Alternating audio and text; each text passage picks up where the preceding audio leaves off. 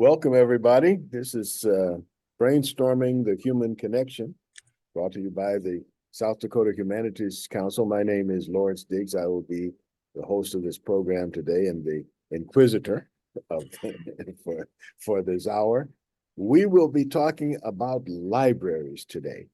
And if you haven't, well, we've talked about libraries on this program before, but we'll be taking a little bit different turn today. But if you haven't been to a library lately, I would really urge you to go, because libraries aren't your grandma's librarian. They're doing new and exciting things, and nobody beats you up if you talk or something. They might, like, if you get out of pocket, they might, ask you to like tone it down or something like that. But they don't come around with the ruler.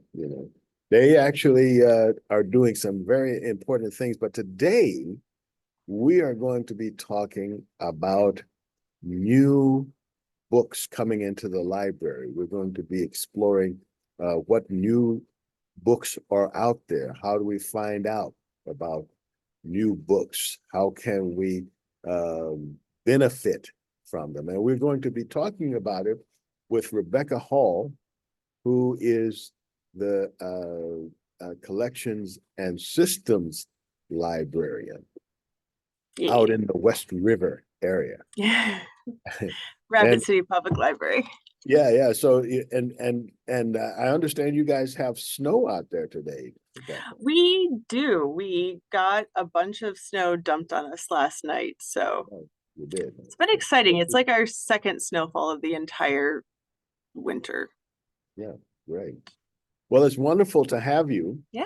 And now I should remind people, this is an interactive program. So even though Rebecca and I are going to be having a conversation, we will be making space for people to ask questions, share ideas, talk about things relevant to libraries, don't reminisce about your dog, or something like that. But other than that, we're going to be talking about libraries and how, especially books, and how to find new books, what new books and things are out there. So welcome, Rebecca.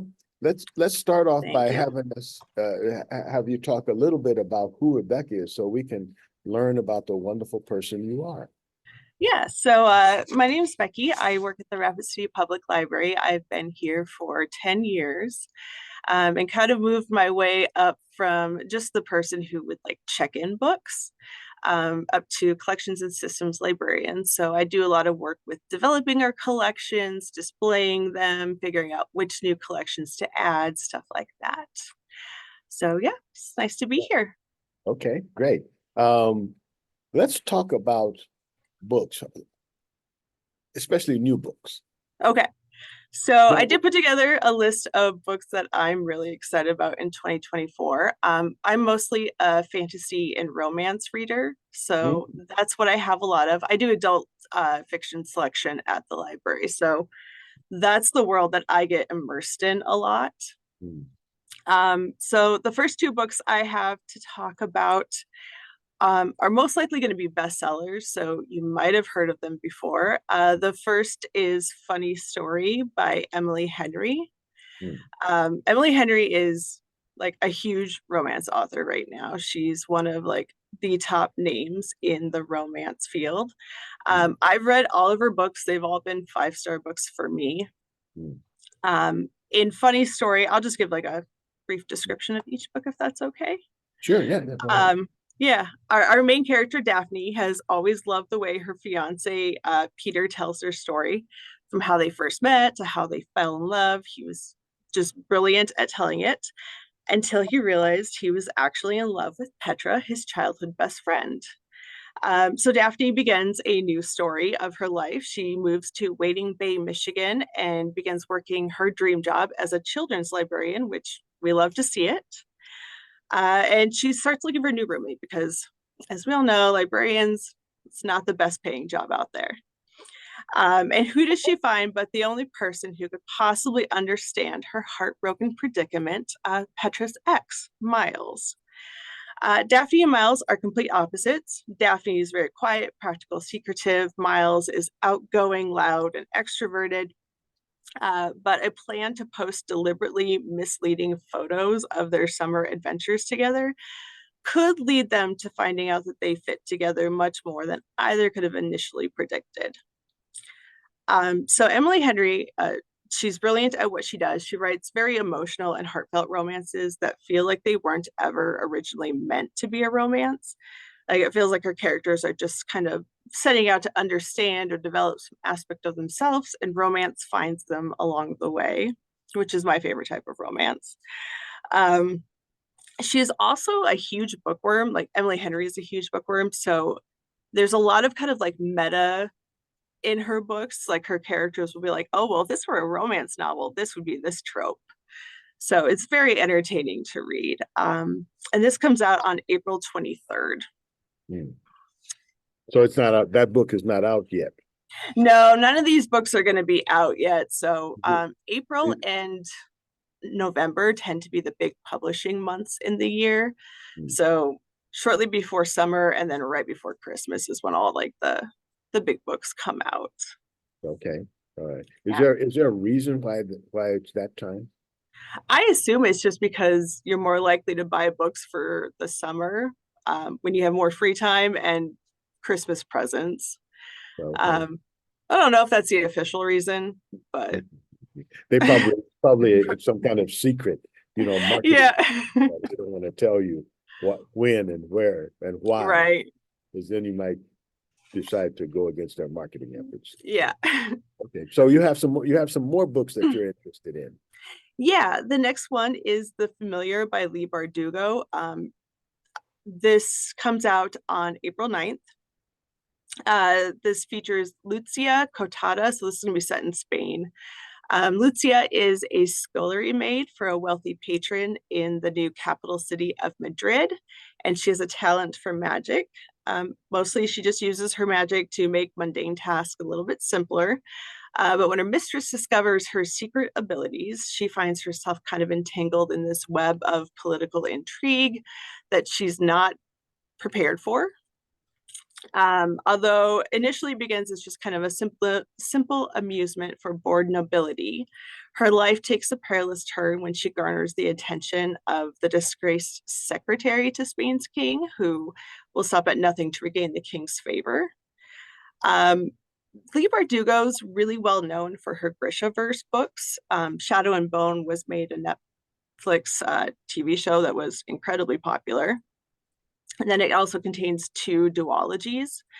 Her adult series, Alex Stern, has also been incredibly popular. I haven't been able to read that one, but I got the books for Christmas, so here's to hoping.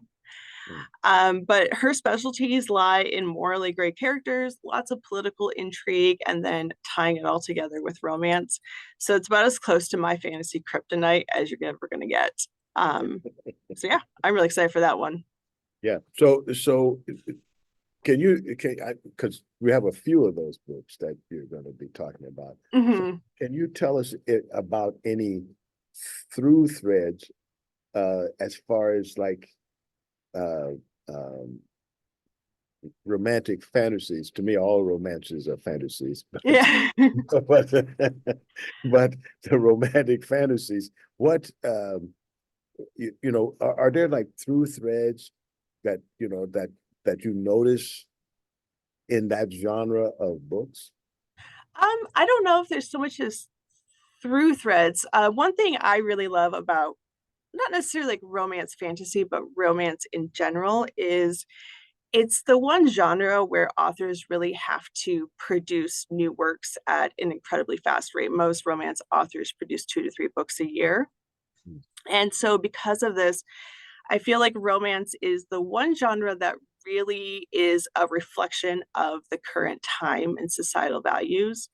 So, a few years ago, there was the Me Too movement, and we've really seen that reflected in romance, as far as it's become like incredibly I guess, self-reflective in terms of like consent and how women are represented. Mm, So that's one thing I really like about it. mm, In terms of fantasy, one thing I really enjoy in like the last 5 or 6 years, I would say, fantasy has really moved away from focusing on like a European Middle Ages mm, setting. mm. So it's not so much like the Lord of the Rings background or Wheel of Time that we're used to seeing. It's really moved into focusing a lot on other cultures. I've seen a lot of like Asian representation in fantasy, and I think that's just Mm. opens up a whole new world as far as like what kind of mythos and magic and stuff that fantasy can really dip into. It's really exciting. Right. I would imagine that the romantic, let's say, the trail of the story, that that the how the story develops, the scenario Hmm. would be quite different too.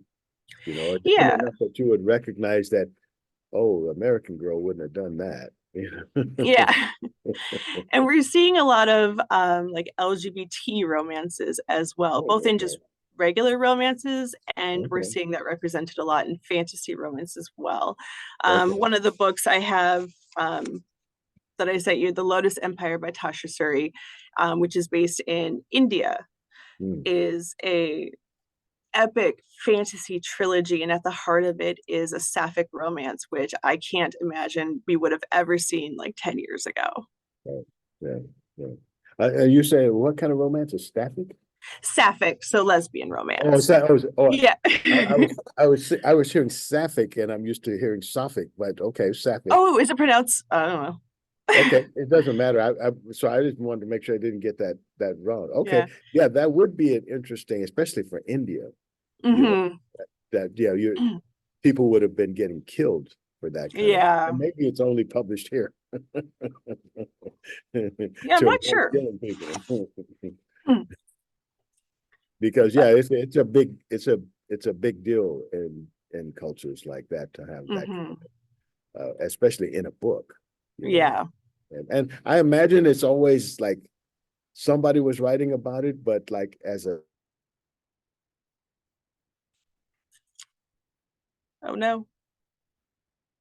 I would it would not be something I would just expect. Let's put it that way. Yeah. Yeah, It's become a lot more open in the yeah, last yeah. Okay. decade or so. So yeah. Okay, great, great. Lots of new opportunities.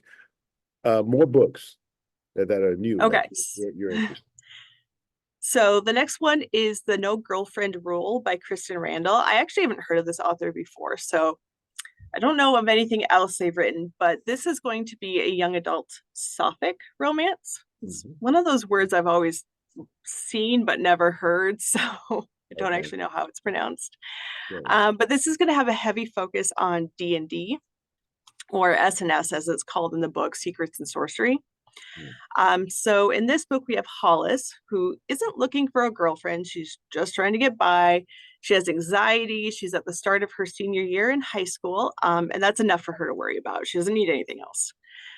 She's in a comfortable relationship with a boy named Chris. It's not exciting, but it's safe, and that's about all she really needs. Mm. In an attempt to get closer to Chris, she decides to learn his favorite tabletop RPG game, Secrets and Sorcery. Unfortunately, his group has a strict no girlfriends at the table rule, so she decides to join an all girls game of SNS. Hollis and her new friends battle magic in the game, and they become friends outside of it. Using her character as sort of a shield, she starts to believe that, like, maybe she could be more than just an anxious, unconfident senior high schooler. But then an in-game crush develops between her character and Annie's character, the charismatic bard of the group. And their flirting develops into something more, and Hollis isn't sure if she's content to just be safe and comfortable anymore. And I'm excited for this book, not just because I think the premise sounds incredibly sweet. I love love stories where characters really learn to love themselves as well, and that's the focus of the book. But also, like, D&D is huge right now, both amongst adults and teens. The D&D movie came out at near the end of last year and was a hit. Baldur's Gate 3 is the new video game that's just won like every like top game of the year awards there is. So it's garnering more and more attention. It's really popular amongst our youth. We have a program right now that we're running to introduce teens to D&D. It's called Library Dice Legion. So yeah, I'm hoping that the book will be a hit, but I'm excited to read just because I love D&D as well. And that Okay. one comes out on March 5th. Mm. Okay. Are we good now? Yeah. Okay, great. So what we really want to talk about here is, or where this is leading to, is new books, where people find them. Mhm. Let's talk a little bit about that, like how do new books come to the attention of people? The publisher has them printed up, they have put them in the warehouse, but they got to move them, Mhm. they got to sell them. So how do people even become aware that those books exist? So social media, especially like TikTok and YouTube or Book Talk and BookTube are pretty huge right now, especially amongst, I would say, like 30 and under Mm, patrons. mm, Um, TikTok, especially with our teens, is where they find a lot of their books. mm, I myself had a YouTube channel way back when that we don't ever talk about, but there's a whole subsect on there just for book related content. mm. And then, of course, you can't ever really underestimate like Goodreads, Library Thing, Shelfari, the Storygraph. So it's kind of like online library shelves. I know a lot of our patrons read NPR, and then follow like the online book clubs like Oprah's book club, Reese's book club. Anytime they have a new book put out, we have an influx of people requesting that book or trying to put it on hold. Like Oprah has a lot of power to make a bestseller. Yeah. And then can't ever really underestimate the power of Google. Mhm, As a selector, the first thing I do at the beginning of every year is Google best fiction books or top most anticipated fiction books of 2024, mm. most anticipated romance of 2024, because that's what our patrons are going to do. That's going to be one of their first steps to finding a new book. So those are always the books that we go through and purchase. Okay. Um, we have a lot of patrons who will just browse the shelves. We have all of our fiction books labeled by genre and then our nonfiction books labeled by subject. Mm, So if they're just looking for a mystery book, we'll see people just go through and just look through the mystery stickers. mm. And then same with authors. Some people really like Craig Johnson and they're just going to go through and find a Craig Johnson book that looks interesting, or Nora Roberts or something like that. Mm. And then, of course, there's asking a librarian for recommendations. We actually Oh. get trained on Reader's Advisory. So we have access to like novelist here, which our patrons also have access to. Mm, But I don't think a lot of them know it's there, mm, mm, but it's linked into our catalog. So it's really easy to ask someone, like, what was the last really great book that you read? mm, To pull that book up in the catalog, and then right there novelists will link other books that are similar to that one. mm. So we have a lot of resources that we can just go into our catalog and look up. Okay. Well, that seems like uh, well, let's say it seems a little bit problematic in the sense that if the people are reading the same thing just like they read Mm-hmm. before, it seems like they can get easily into a silo of sorts. Um, do these books like lead them into like exploring some other parts, or do you find that people, they don't want to explore, they just want to, like, kind of like when you're a kid and you want to read that same Yeah, book over and over and over and over again? It sounds like a version of that. I would say it's probably like a little of both, depending on the patron. Some people really like what they like. I know I know of a lot of books, but I Mm, do kind of get stuck in my fantasy romance. That's what I really enjoy. That's my mm, comfort food. I try to break out into like nonfiction and thrillers and stuff, but that's just never really grabbed me as much. And I imagine a lot of our patrons are the same. Mhm. It is nice being a library. There's no risk to trying out a new genre if they want to be like, I've never read a horror book, but Stephen Graham Jones has a new book out. Let's try it. Mm, mm. And No, if it's but you're awful, not, but you're not likely to walk in and say, you got any new engineering books that yeah, no, not me specifically, no. I mean, there could be some people like that, but I mean, if I'm understanding you, it's like the people who like the engineering books, they're looking for engineering books. The people Yeah, looking for fantasy romance, you know, yeah. not so much. I try to branch out and read a few nonfiction books every year because, like, I want to be smart. But yeah, it's just not what I naturally gravitate to. And I imagine a lot of people are the same. Yeah, you bet. Well, at this point, we'll come back to revisit that, but I want to Okay. open it up to our audience here, Yeah.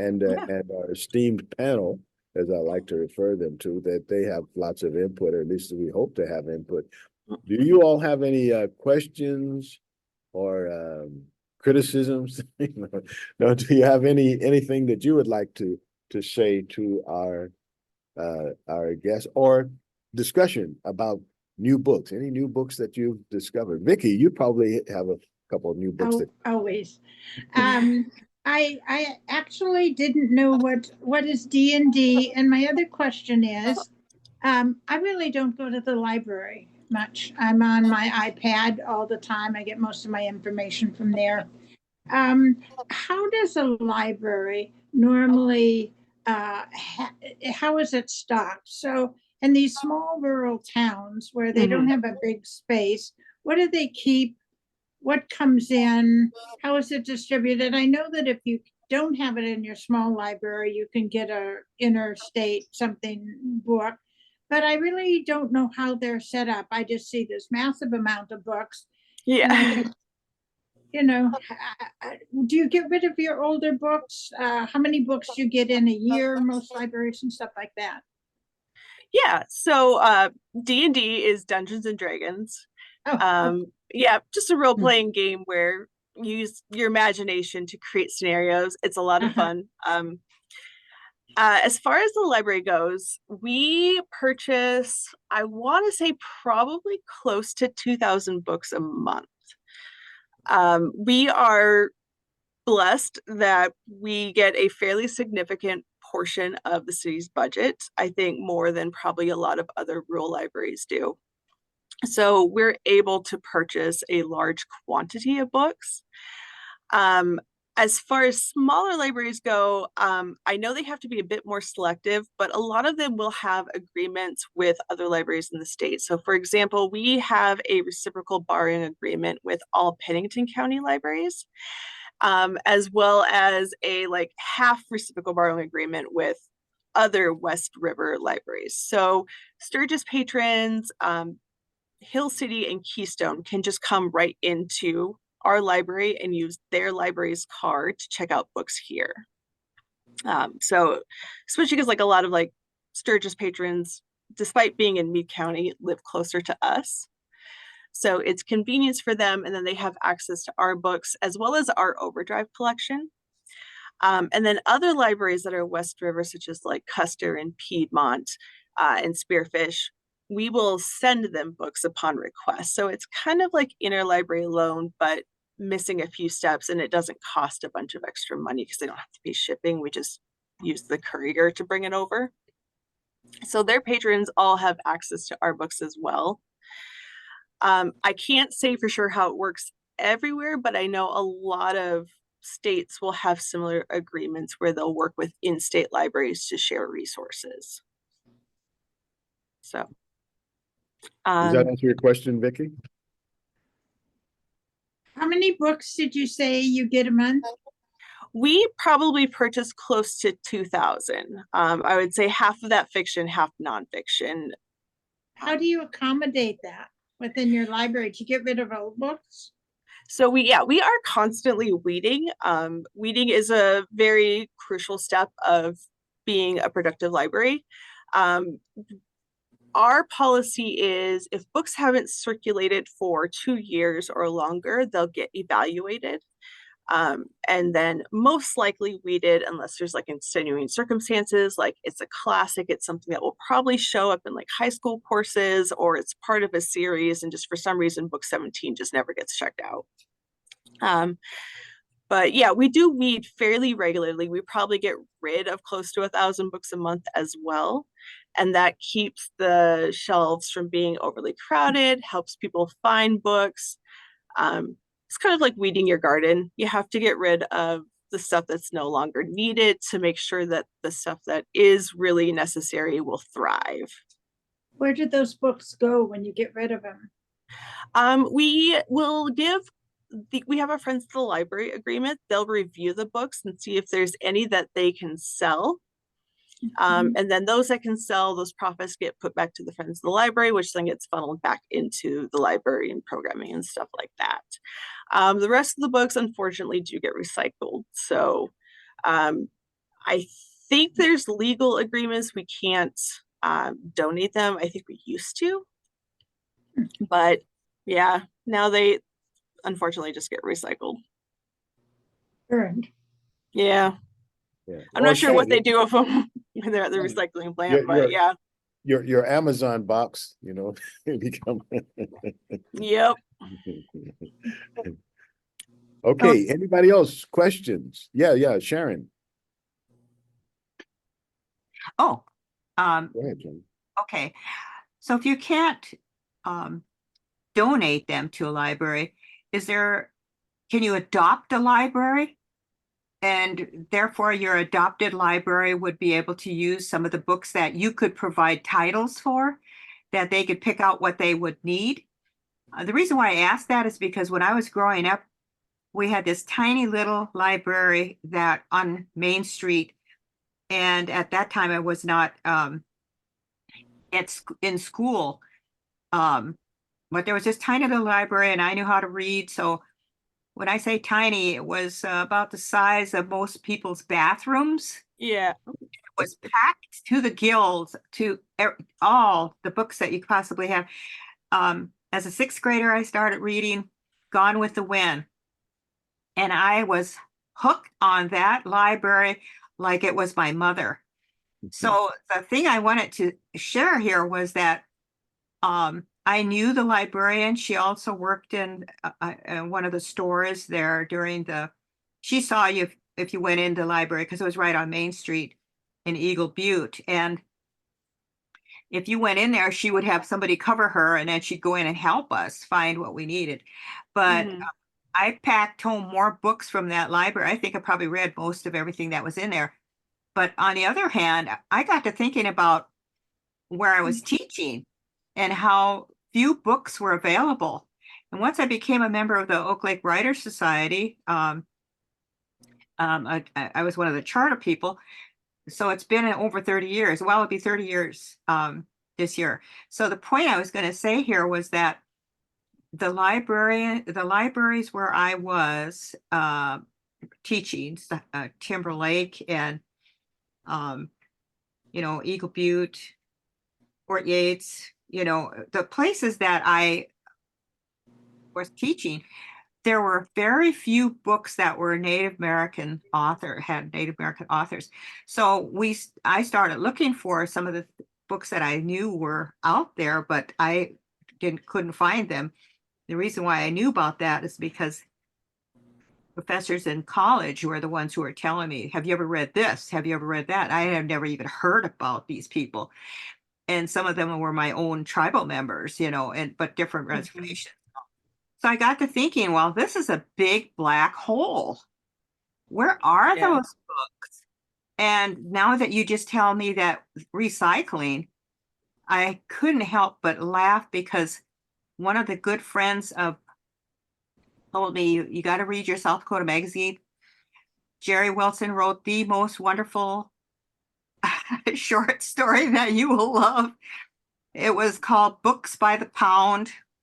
And yeah, some people who had inherited books, whatever, it was like gold. So yeah, they would not let them go. they would use them to line them all up along the wall to help insulate the house. Oh my. And so when you say recycling, where is the recycling aspect?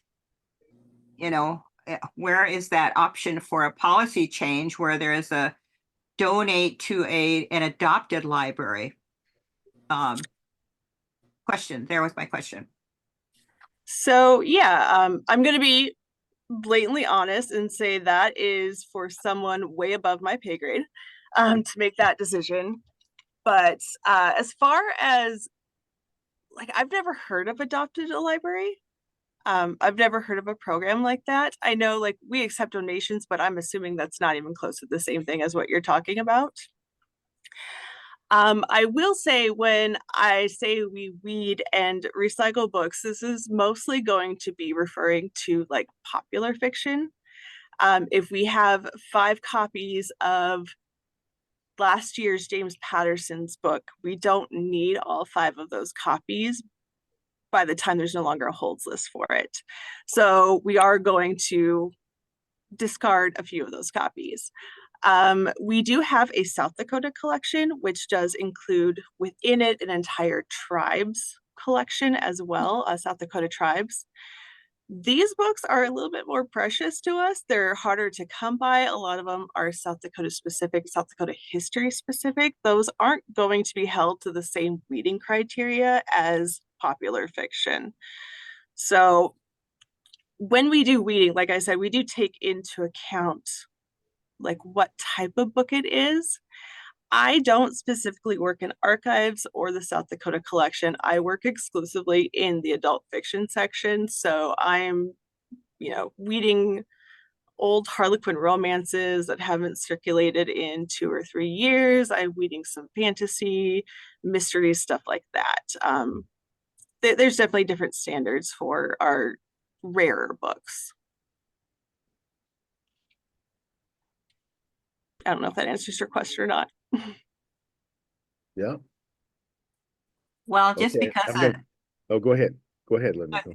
just because there wasn't a policy that has not been thought of doesn't mean there is a need there that for a change. It would be a great opportunity for there to be a more widespread opportunity for readers, people who do not have access to, they don't have the money to go out and buy a book, and maybe not even the gas money to get to a library if they were going to get groceries. The reality is there is this black hole that more or less keeps a lot of people ignorant of thoughts of other people. And I propose that maybe we should be thinking about this in a more serious manner, because in my lifetime as a teacher, I have come across several people who do not even have the ability to read, and these were adults.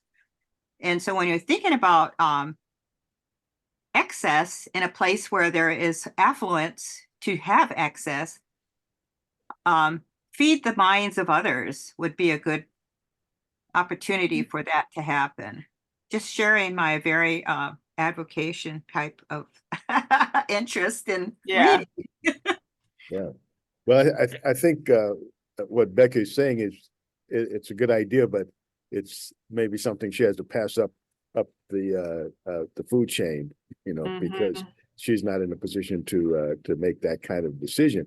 But you're here, Becky, so you're the target. You're the one that we're going to talk to, and then you can like carry Leniko's message to mention that hey, I heard this. There's just weird lady who was talking about this, not that Leniko's weird. She's really a nice lady, but Definitely. Lawrence, could I jump in here? I'm the director of Gregory Public Library here, and just to speak to Leniko and what I'm kind of hearing, I first didn't quite grasp what she was referring to, but I'm thinking she's talking about when we as libraries weed our materials, maybe trying to look beyond some of the processes we go to, like I have a sale cart or have an annual book sale within my library, trying to receive funds back towards more purchasing, but maybe I also have lived in Eagle Butte, and I know they don't have a public library, or you know, talking about that, about the reaching, the outreach that us as public libraries, once we do something with our materials, maybe trying to find those communities to adopt a library, in a sense of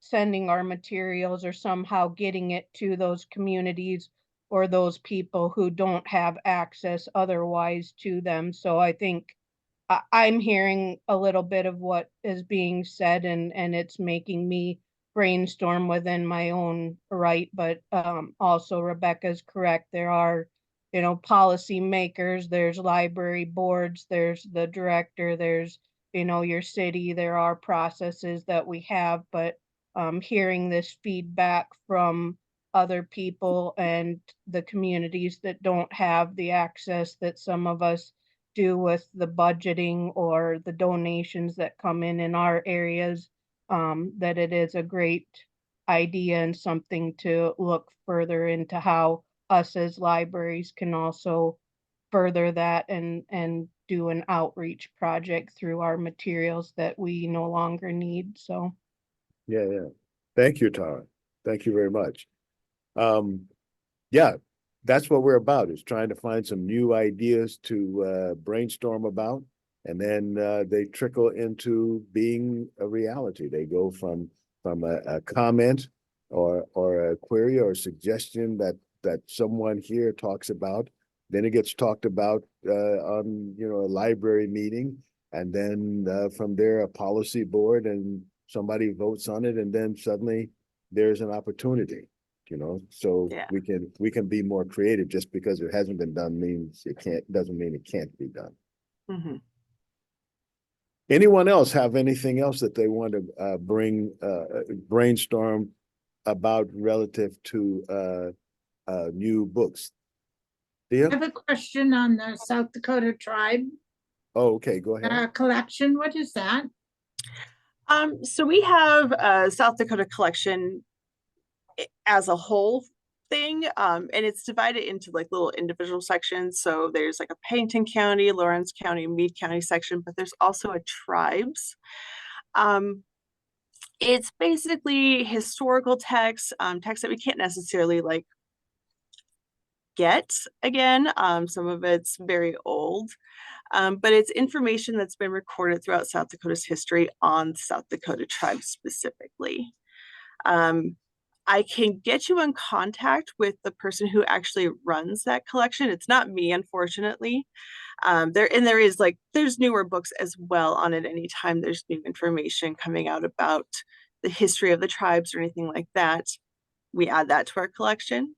And it is able to be checked out by patrons. So, but yeah, it's featured pretty prominently in our library. It's one of the first collections you see when you walk in. It's pretty cool. But yeah. Excellent. Thea, you had something you want to add? It's a little change of subject, but earlier you were talking about how do people find their next book to read and where do they get their ideas, and we listed things like Goodreads. I just wanted to tell you about this really cool thing that's happening here in Sioux Falls. A friend of mine, young woman, invented it. Basically, she calls it Lection. And lection is a real word. It's I just looked it up to make sure I knew what it was. It's a reading of text found in a particular copy or edition. So what she did was she looked up what's the adult humans what's the word? Well, how long you'll actually pay attention to something. Attention span. Attention span, thank you. And it came out to 2 minutes and 37 seconds. So she invited a whole bunch of people. She tried it out, invited a whole bunch of people to come, and she said, bring a book, doesn't matter what book it is, something you love, and you completely cover it so we can't see what it is, and pick from somewhere in the book. You can start at the beginning, you can pick pieces, however you want to do it. and I'm going to time you, and you read it for 2 minutes and 37 seconds. So we did that, and we went all the way around the room, and we heard all these different things, and people are madly writing notes, like who maybe wrote the book, or I want to read that book, or something like that. So then when we are all done, then we take the covers off one by one and we talk about it. And we say, this is a science fiction book that I love, or this is a book I just picked up off the shelf at this place that we're meeting, and I've never read it before. But I have found so many books to read because of this new thing. And she holds it at a little locally owned bookstore. And the people in it have been all ages, a huge range of ages. And so they have gone out, and now it's being done in like assisted living centers. It's being done in Ollie, where I work, we're doing it. But this whole election thing has been really fun because everybody brings something completely different. And that truly is where all my ideas for what I'm going to read next come from. We meet monthly. Wow, that sounds like a great idea. And it's being implemented so we can like try it out and see if it can work for us. And yes, then, it's super easy. And now, is there a place where people who are not in it now can sort of hook up? Can we put that in our chat so that people can they can know how to line up to that? Sure. Well, what we're doing, the place where it started is Full Circle Book Co-op in Sioux Falls. We meet on the second, anybody can come. We meet on the second Sunday at 1 o'clock every month. There are some other ones, but I'm not sure of the times that they're meeting, but you're welcome to come. And sometimes honestly, I don't bring a book, but I love to have someone read to me.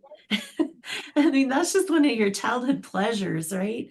And so there've been some months where I was like, oh, I'm kind of feeling down this month, and I haven't picked up a book, and I don't know what to do. And I go there and people read to me for 2 minutes and 37 seconds, and like 10 people read, and I leave there in a whole better space. It's great to have people read to you too. Excellent. Thank you for bringing that to our attention there. And we hope that some people will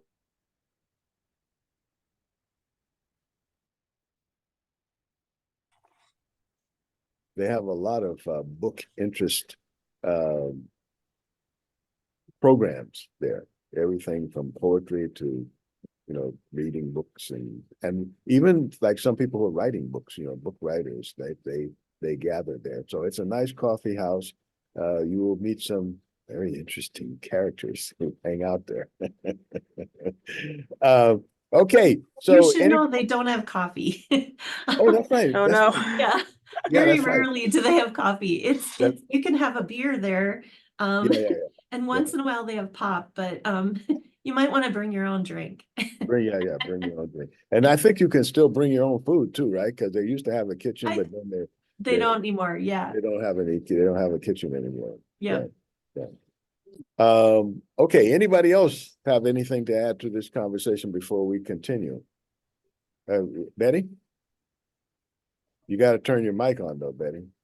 If you see your lips moving, but nothing. Call on Sharon Schmielers, please. What, say that?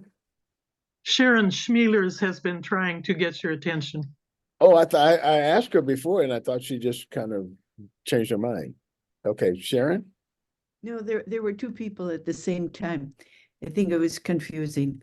Well, I can hardly remember what I was going to say then, but it had to do with the discarding books from the libraries. I kind of winced to hear that. I really understand. Most people do. Yeah, I understand about books shelf space, but I like Lanico's idea of having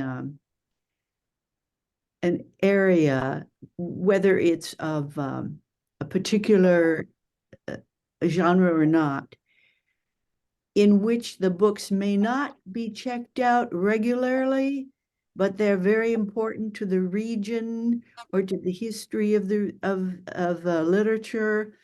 And those books are kept in the library no matter what. Maybe they're in the back room, but you've got them on your screen so you can say, yeah, we got this book, and somebody can trot in the back room and pull it out of a particular box or whatever.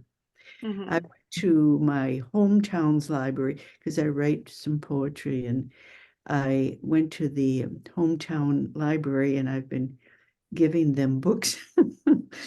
That's the only way to get rid of a poetry book, right? Give it away. So I brought some books in, and I said, I'd like to see where your section is for poetry.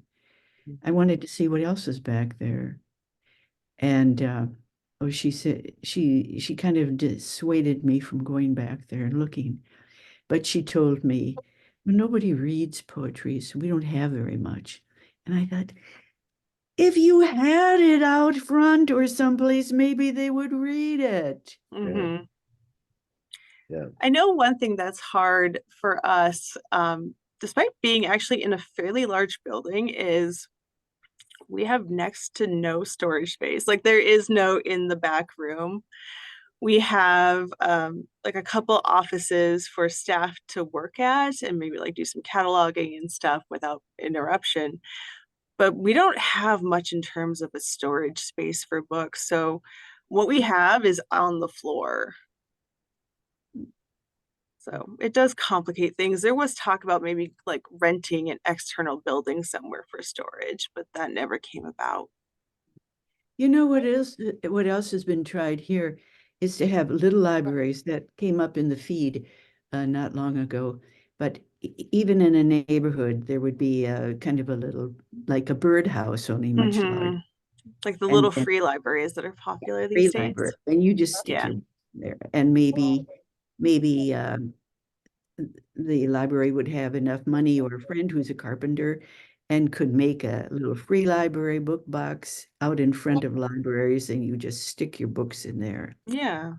But I really like the idea that you have a tribal library, because Mhm. that's been so overlooked that it's terrible. Yeah. Great. Anyone else? Yes. Very good addition. Go ahead, John. The idea to me of recycling books to me means the books are destroyed. That to me is almost an unpardonable sin. I love books. Okay. Anyway, of all types and descriptions.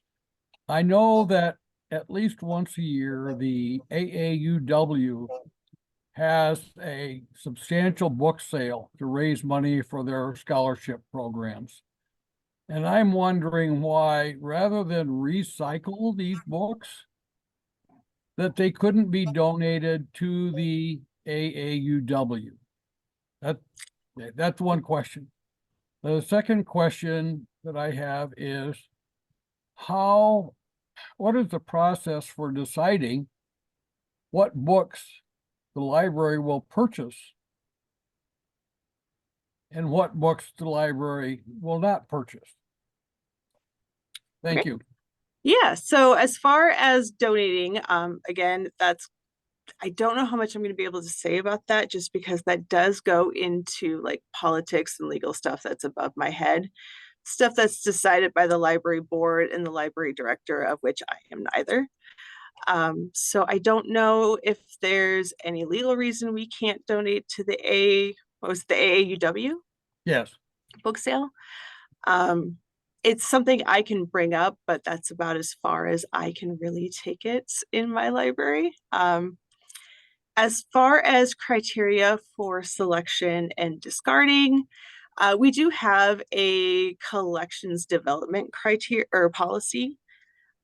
Essentially, we look at what our patron base is and what they need from a library. So we're a public library that services a wide variety of people. So we as far as fiction goes, there's not really anything we can or can't get. For nonfiction, we tend to try and keep it to something like books that are a bit more generalized. Like we don't carry textbooks. We try to keep it towards, what would the general population want to read? What is more likely to be checked out at least 2 or 3 times? We don't really want hyper specific nonfiction books that might be checked out once and that's it. So we just try to make sure that as much as possible, we're servicing as many people as possible with our purchasing. For topics, again, it's more nonfiction specific, but we try to make sure that if we don't have an entire section on like the same topic. We want a wide variety of topics. So like this was especially prevalent in like the 2016 to 2020 years when there were a lot of political books coming out. We were getting bombarded with political books, and a lot of them seem like they were the same thing. So it's like you try to balance it out, but you also don't want your entire budget going towards one topic. I don't know if that makes sense. Oh, yeah. But, and then each area just kind of gets a certain amount of the budget based on how well it circulates, I guess. I will say in regards to poetry, we just got a new poetry selector for our library who is really into poetry and really sprucing up the collection. So I'm hoping it circulates a little bit better. It's definitely not one of our more popular subjects, but like you said, it is kind of like stuck in the back. So maybe a display or something to really kind of bring attention to the new books we've been getting.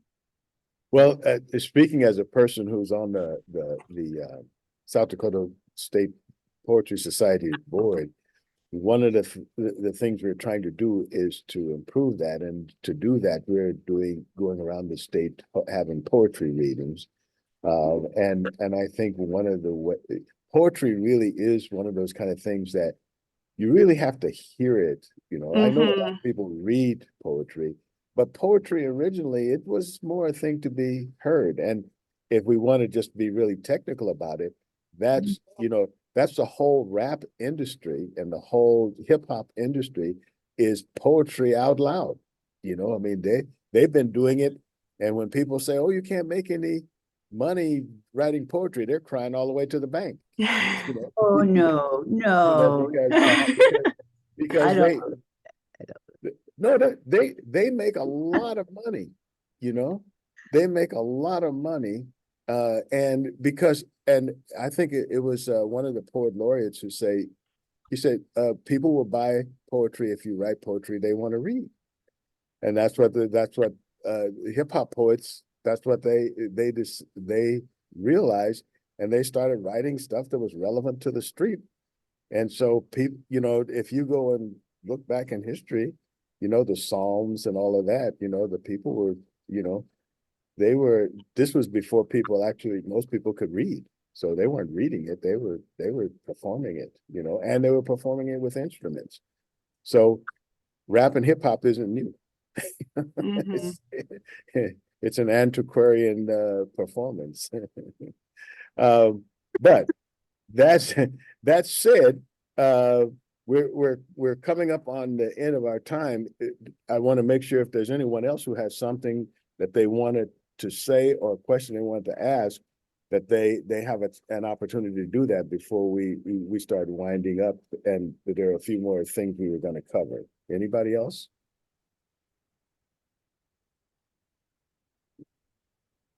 Okay, so one of the things we want to talk about is a lot of people don't go to libraries because they have a hard time reading. And there are a lot of people who have reading disabilities of various kinds, everything from being blind to dyslexia, etc. Can you talk, Becky, about what kind of opportunities the library system in South Dakota makes available for those people who have some difficulty in reading? Yeah. So as far as we'll just visual disabilities first. We partner with the South Dakota State Library we mostly take advantage of their talking books, but they have an entire program called Accessible Library Services, where they offer talking books, which are similar to audiobooks, but they don't require you to navigate online or anything like that. You get like a device that just has the book on it. It's one device, you push one button and it plays the book for you. They also offer services like their BARD app, so Braille and audio reading download app. Participants get access to talking books and magazines, as well as e-Braille books. They have descriptive videos. They have NLS magazines, which are essentially talking books, but of new issues of magazines. And then if you're not able to afford equipment, so like any e-Braille equipment or like a talking book player of your own, they will loan it out to you. So a lot of libraries will partner with the South Dakota State Library and you can receive services through your local library. But I believe that anyone who is a South Dakota State resident can contact the library directly if there's no library services being offered through your public library and still get access to those services. And then as far as what we specifically offer on our own, almost all of our library databases, and I went through and checked a lot of these because I wasn't sure, will read out to you like articles, or like we have World Book, which is a digital encyclopedia database. We have Academic Search Premier, which is a wealth of information, especially if you're looking for like scholarly or peer-reviewed articles. And we have America's News, which is a database that centers on just current news, current events going on. All three of those have the option to read every article out to you. Same with, we have Bookflix and Tumble Books, which are two resources geared specifically towards younger children. And so they will have read along books there where they can it's a little video that plays and reads the book out to you. So you can have kind of an auditory and visual experience depending on what works best for you. And then we partner with the Literacy Council of the Black Hills as well, and we host a collection from them in our library. This is a volunteer-based program that gives group classes and private tutoring in basic reading and writing skills and teaches English as a second language. And the materials that we have from them were donated by the Literacy Council. They are free for any patron to take and keep. So I know with illiteracy, there's stigma attached to it in terms of if you can't read, you're not very smart. So these books don't need to be checked out. They don't need to be, we don't keep a record of them at all. So patrons can just take what they need and walk right out the door. There's no need for them to interact with staff at all if they're uncomfortable with that. Those books are for them. And we are currently, this is not something that we have at the moment. These are both things that we're working on developing in 2024. We're working on creating a high interest, low reading level collection. This is specifically going to be aimed at adults with low reading levels. So high interest means the content itself is going to be geared towards adults. It's not going to be like a picture book or anything. It's going to be adult reading materials, but the reading level is going to be much lower. So those who struggle with reading will have access to books that are easier to read, but still interesting to them. Mm-hmm. And then we're also working on a collection of picture books without words. This would be geared towards adults with Alzheimer's or dementia. So these would differ from regular picture books. And again, it would be, the images aren't going to be childish. It's going to be adult oriented. And the books themselves are going to be lightweight and proportioned in such a way that, like, for older hands, it doesn't hurt them to hold, because like picture books can get really big and sometimes heavy.